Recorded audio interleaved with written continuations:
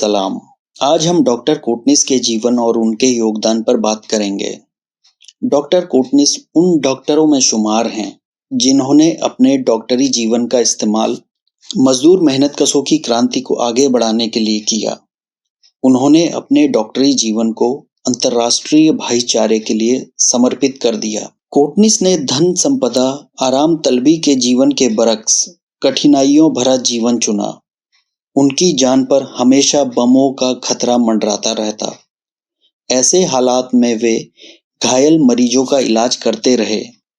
जब जापान बम गिराकर तबाही मचा रहा था, चीन को गुलाम बनाने के प्रयास में था और चीन की बहादुर जनता जापानी साम्राज्यवाद का मुकाबला कर रही थी, ऐसे समय में डॉक्टर कोटनिस चीन में चीनी सैनिकों के डॉक्टर बने। वे बमों के साये में घायल सैनिकों का इलाज करते रहे। जापानी आक्रमण के खिलाफ चीनी प्रतिरोध युद्ध में डॉक्टर कोटनिस के योगदान को आज भी चीन की जनता याद करती है। डॉक्टर कोटनिस का जन्म 10 अक्टूबर 1910 को महाराष्ट्र के शोलापुर में एक निम्न मध्यवर्गीय परिवार में हुआ था। उनका पूरा नाम डॉक्टर द्वारकानाथ शांताराम कोटनिस था। उन्होंने मुंबई के सेठ जीएस मेडिकल कॉलेज से डॉक्टरी की पढ़ाई करी। डॉक्टर कोटनिस की पढ़ाई उस जमाने की है जब भारत ब्रिटिश साम्राज्यवाद की गुलामी के अधीन था। कुछ साम्राज्यवादी मुल्क और दुनिया में बड़े पैमाने के गुलाम देश ही उस जमाने की हकीकत थे। साथ ही साम्राज्यवादी गुलामी से मुक्ति के लिए देशों की जनता शानदार संघर्ष लड़ रही थी। चीन के भी यही हालात थे। जहां जापानी साम्राज्यवादी आक्रमण करके चीन को गुलाम बनाने के लिए आगे बढ़ रहे थे, वहीं दूसरी तरफ जापान के खिलाफ चीनी जनता प्रतिरोध युद्ध चला रही थी। चीनी मुक्ति सेना के सेना नायक चू तेह ने इस युद्ध में मदद के लिए जवाहरलाल नेहरू से कुछ भारतीय डॉक्टरों को चीन भेजने का आग्रह किया। 30 जून 1938 को भारतीय राष्ट्रीय कांग्रेस के तत्कालीन अध्यक्ष सुभाष चंद्र बोस ने एक प्रेस विज्ञप्ति के माध्यम से अपील जारी की। उन्होंने 22,000 रुपए का कोष इकट्ठा करते हुए स्वयंसेवी डॉक्टरों और एक एम्बुलेंस चीन भेजने की व्यवस्था की। यह आजादी के लिए लड़ रही एक देश की जनता की आजादी के लिए लड़ रही दूसरे देश की जनता को मदद थी। 1938 में मेडिकल मिशन टीम के रूप में 5 स्वयंसेवी डॉक्टर चीन गए।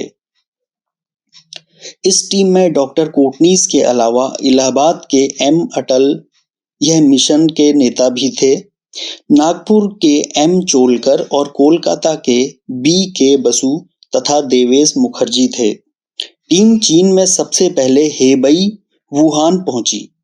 इसके बाद उन्हें 1939 में येनान के क्रांतिकारी आधार इलाके में भेजा गया। यह टीम किसी अन्य एशियाई देश से आने वाली पहली टीम थी, इसलिए उनका स्वागत माओ त्से तुंग, चू तेह और चीनी कम्युनिस्ट पार्टी के कई अन्य नेताओं ने किया। भारतीय मेडिकल मिशन के चीन पहुंचने तक चीन के बड़े हिस्से पर जापान का कब्जा हो चुका था। चीन पर कब्जे के लिए जापानी साम्राज्यवादियों ने खून की नदियां बहा दी थी। नानकिन शहर पर दिसंबर 1937 में जापानियों ने कब्जा कर लिया। जापानियों ने उस शहर को नष्ट कर दिया। शहर के लोगों का बड़े पैमाने पर नरसंहार किया, जो नानकिन नरसंहार नाम से जाना जाता है। 3 लाख चीनी नागरिकों और आत्मसमर्पण करने वाले सैनिकों को मार दिया गया। लाखों महिलाओं का बलात्कार किया गया। जापानी कब्जे के खिलाफ पूरे चीन में असंतोष और आक्रोश की लहर फैल चुकी थी। जापानी कब्जे के खिलाफ प्रतिरोध बड़ी तेजी से पूरे चीन में फैल रहा था। चीनी प्रतिरोध जापानी आक्रमणकारियों से सीधे सैन्य मुकाबला कर रहा था, जिसमें बड़े पैमाने पर चीन की बहादुर लड़ाकू जनता घायल होती। ऐसे समय में डॉक्टर कोटनिस और अन्य डॉक्टरों का योगदान अमूल्य था। भारतीय मिशन के 4 अन्य डॉक्टर कुछ समय बाद वापस देश लौट आए। डॉक्टर कोटनिस चीन की कठिन परिस्थितियों में बने रहे और प्रतिरोध युद्ध को मजबूत करते रहे। वे युद्ध के सबसे आगे के मोर्चे पर नियुक्त होते थे और उन्होंने कई चीनी सैनिकों की जान बचाई। युद्ध के मोर्चे में डॉक्टर के रूप में उनका काम काफी महत्वपूर्ण था। युद्ध के माहौल में जहां दवाइयों की हमेशा कमी रहती थी, ऐसी स्थिति में उनका काम और कठिन हो जाता है। 1940 में जापानी टुकड़ियों के खिलाफ चले एक लंबे युद्ध के दौरान वे 72 घंटे तक बिना रुके बिना सोए लगातार ऑपरेशन करते रहे। इस दौरान उन्होंने 300 जख्मी सैनिकों का इलाज किया। डॉक्टर कोटनिस चलते फिरते अस्पतालों में गरीबों का इलाज करते थे। बाद में डॉक्टर कोटनिस ने 8वीं राह सेना में शामिल होकर बुलेई पहाड़ी के निकट की सीमा पर काम किया था। वे कनाडा के डॉक्टर नॉर्मन बेथ्यूम की मौत के बाद उनके नाम पर बने डॉक्टर नॉर्मन बेथ्यूम अंतर्राष्ट्रीय शांति प्रस्ताव के पहले निदेशक भी हुए। 1940 में डॉक्टर कोटनिस की मुलाकात गाओ शिंगलांग नाम की एक चीनी नर्स के साथ हुई। दोनों ने काफी कठिन हालात में एक दूसरे को मदद पहुंचाते हुए काम किया।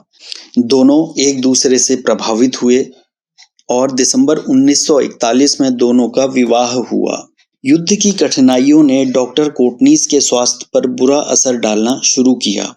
इसके बावजूद वे सैनिकों को होने वाली एक संक्रामक बीमारी के लिए टीका विकसित करते हुए उसका प्रयोग अपने ऊपर करने से नहीं चूके। अंततः 9 दिसंबर 1942 को थकान और भोजन की कमी से जर्जर उनके शरीर ने जवाब दे दिया। उनको चीन के एक गांव के कब्रिस्तान में दफनाया गया। उनकी मौत पर मजदूर वर्ग के महान शिक्षक माओ त्से तुंग ने कहा, सेना ने अपनी मदद करने वाला हाथ खो दिया है, राष्ट्र ने अपना मित्र खो दिया है। हमें हमेशा उनके अंतर्राष्ट्रीयतावाद की भावना को याद रखना होगा।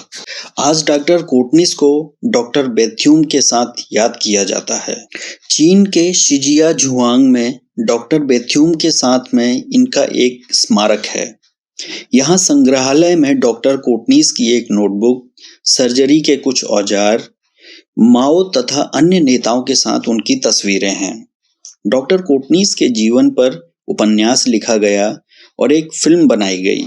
1945 में ख्वाजा अहमद अब्बास द्वारा एक उपन्यास and one did not come back लिखा गया और शांताराम द्वारा निर्देशित डॉक्टर कोटनिस की अमर कहानी एक फिल्म 1946 में बनाई गई। डॉक्टर कोटनिस का जीवन साम्राज्यवाद के खिलाफ संघर्ष में पूरी दुनिया की उत्पीड़ित जनता की एकता का प्रतीक है।